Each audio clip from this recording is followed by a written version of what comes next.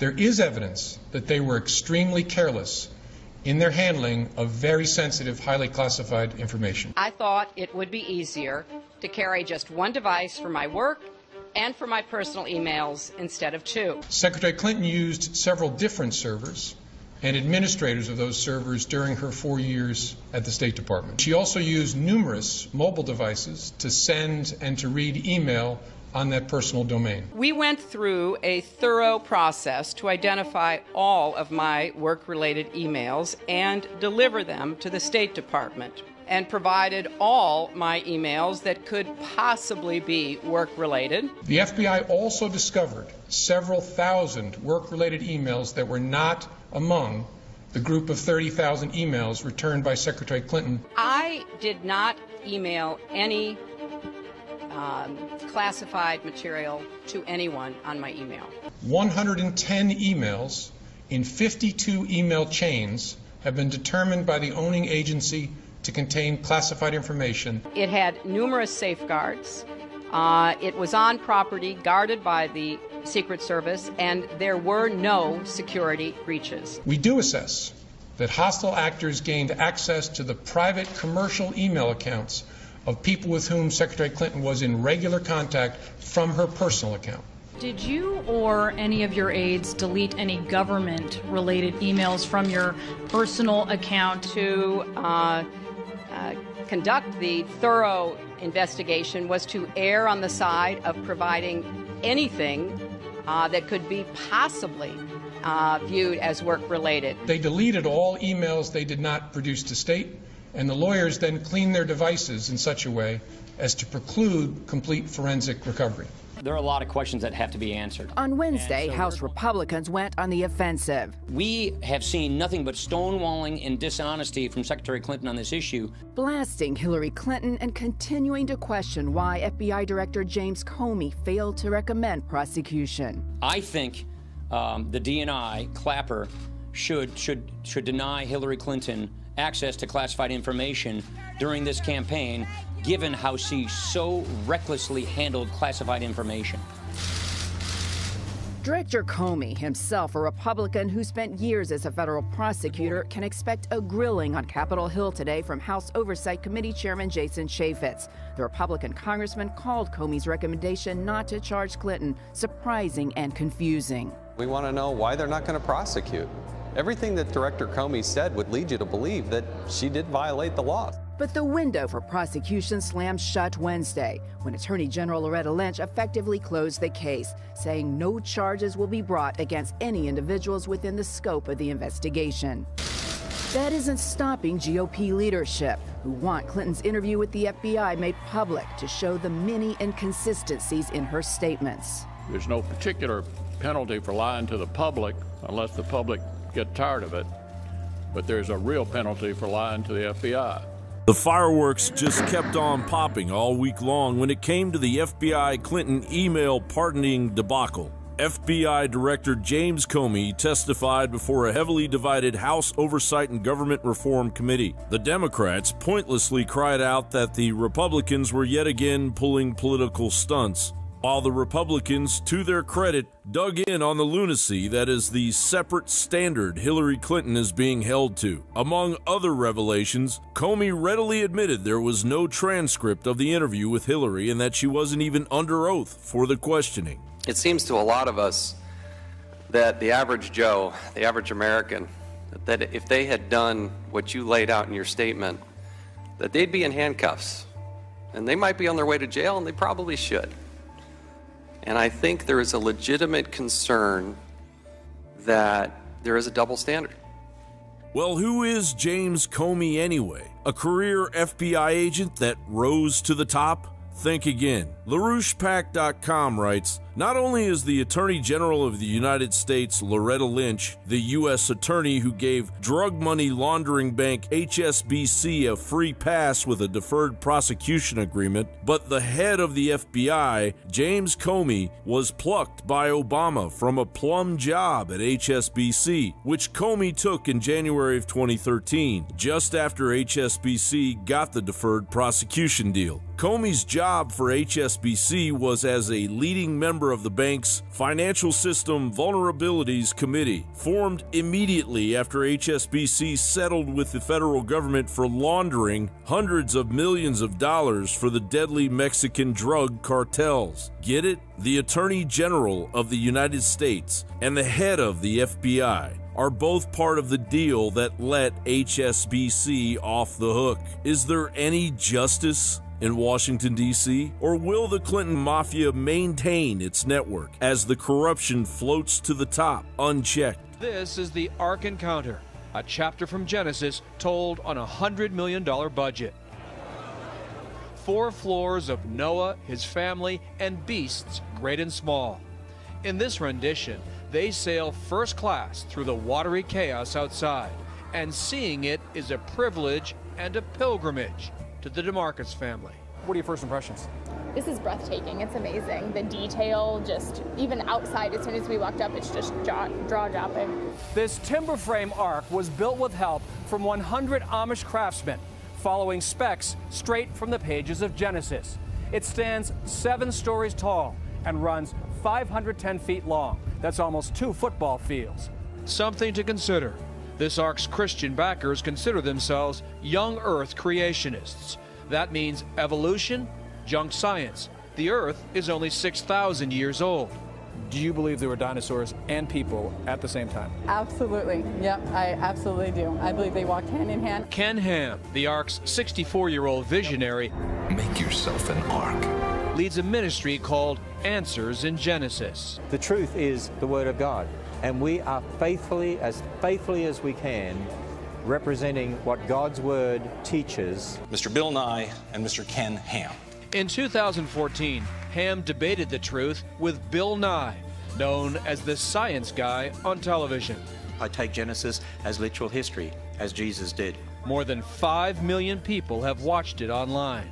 You don't want to raise a generation of science students who don't understand how we know our place in the cosmos. On this ark, Ham sees Christians taking a stand. And what do you say to critics who say this is not the truth, this is not scientifically based, this is promoting an ignorant view? People can say all they want and say it's ignorant and say that they don't believe it. That's fine. I invite them all to come here, everyone. Critics complain of discrimination in hiring. Only Christians, no gays or lesbians, and single people have to sign a chastity pledge. And yet the project received $18 million in Kentucky tax incentives, which a federal court upheld. Jim Helton of Tri-State Freethinkers thinks that tramples the line between church and state. Noah's Ark is a church. It is clearly a religious point of view that says science is false. Gay people are icky. True believers may flock to Ham's Ark, but he shouldn't expect an olive branch from Bill Nye. It would be a hilarious thing for people from other parts of the world to come visit. Are you kidding? Somebody really built this? Wow. Use your head, everybody. Just decide for yourself if you think this is reasonable. It happened in a hospital room as she regained consciousness and her doctor leaned over. I remember him kissing me on the lips and then physically manipulating my hand to basically rub him. Erin Vance of Oregon is now speaking out about what has happened to thousands of women in this country sexually abused by their doctors. He said, "It's okay, this is just how we wake you up." Her doctor, the anesthesiologist, Dr. Frederick Field, was sentenced to 23 years in prison for assaults on at least 12 women.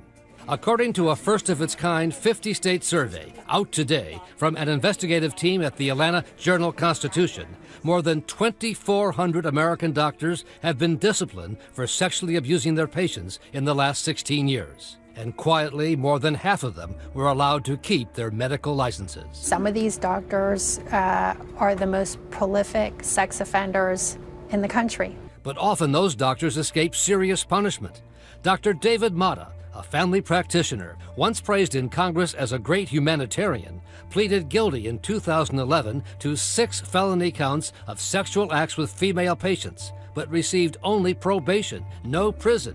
When we went to see Dr. Mata at his California home, he refused to show his face, but maintained his innocence. You're hiding behind a door here. I want to ask you, did you violate your oath? Did you violate those patients? I'm gonna make no comment on that. Dr. Mata's medical license was initially revoked, but he is now eligible to reapply for it. And David, the investigation found that all too often state medical boards which issue the medical licenses seem more concerned with protecting doctors than protecting patients, David. For more than a decade, the former Miss America was one of the most recognizable faces of Fox News. And hi, everyone. I'm Gretchen Carlson. But on Wednesday, Carlson filed a lawsuit against company chair and CEO Roger Ailes, alleging he sabotaged her career. In an 8-page document obtained by CBS News, Carlson claimed she was fired because she refused his sexual advances and complained about severe and pervasive sexual harassment. It goes on to say that Ailes described her as a man-hater and a killer who tried to show up the boys on Fox and Friends.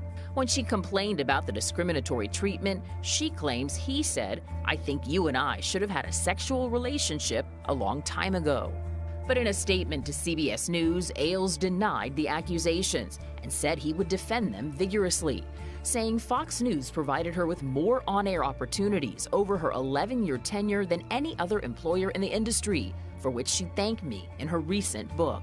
In Carlson's 2015 book, Getting Real, she thanked Ailes for continuing to believe in me and giving me the opportunity to do what I love every day, and described him as the most accessible boss I've ever worked for. If Roger Ailes makes a full-throated effort to undercut her credibility, in a sense what he's saying is the person that he's had on the air as a primary host and a primary anchor is herself not credible. Carlson joined Fox in 2005 as co-host of the network's morning show. The lawsuit alleges that despite the show's high ratings, Carlson was replaced in 2013. Don't expect Roger Ailes to sit back and say nothing. He is going to go forward in this case as strong as Gretchen Carlson. James Derek Lovelace died trying to fulfill a lifelong dream, become a Navy SEAL, an achievement which requires candidates to make it through the punishing SEAL training program. The 21-year-old drowned in his first week during combat swimmer orientation. The drill required him to tread water while wearing fatigues, boots, and a face mask filled with water. Eric Davis, author of Raising Men, was a Navy SEAL for 10 years. That particular drill was not one of the tougher drills. According to the medical examiner's report, Lovelace appeared to be struggling when an instructor began to follow him around the pool, splashing water and apparently yelling. For about the next 5 minutes, Lovelace's head slipped below the surface multiple times, at least twice, because the trainer dunked him. The report notes instructors are told to not dunk or pull students underwater. So as long as they're breathing and gasping and kind of splashing around, I personally, if I was in the water, wouldn't be that worried about it. One of the other students apparently tried to help Lovelace. Another person wanted to call a timeout. The medical examiner's report says by the time he was pulled from the water, Lovelace was reportedly still breathing, but his face was purple and his lips were blue. He quickly lost consciousness. The Naval Criminal Investigative Service says it has not yet reached any conclusions regarding criminal culpability. It added, the NCIS investigation is open and active. This is projecting weakness. This is going to make sure that more Americans die. Barack Obama has been promising to close the Guantanamo Bay Detention Center since before he became president, and he's worked throughout his 2 terms to make it a reality. And it only serves as a recruitment brochure for our enemies. Today, House Republicans pushed back on that reasoning. Under the Bush 43 and Obama administrations, 676 prisoners have been released from Guantanamo Bay. 118 of them have been confirmed to engage in some form of terror activity, while an additional 86 are also suspected. Together, that represents roughly 30% of the total released. Unfortunately, there have been Americans that have died because of Gitmo detention. How many Americans? That's the key reason GOP lawmakers say they're frustrated by what they view as the president's decision to prioritize closing Gitmo over making sure the prisoners who are released are sufficiently monitored. That includes Abu Wael Diab, who was resettled in Uruguay along with 5 other detainees after their 2014 release, and he's now missing. House Republicans say the administration was warned in advance. The chief of intelligence in Uruguay explained to our committee, gave us the information that they were not allowed to monitor or surveil these 6 terrorists. And the decision you made was to transfer them anyway. Now that this gentleman has escaped, he's gone missing rather, is the Obama administration concerned about that? It would have been our preference that all 6 of the detainees transferred to Uruguay stayed in Uruguay. He stated that.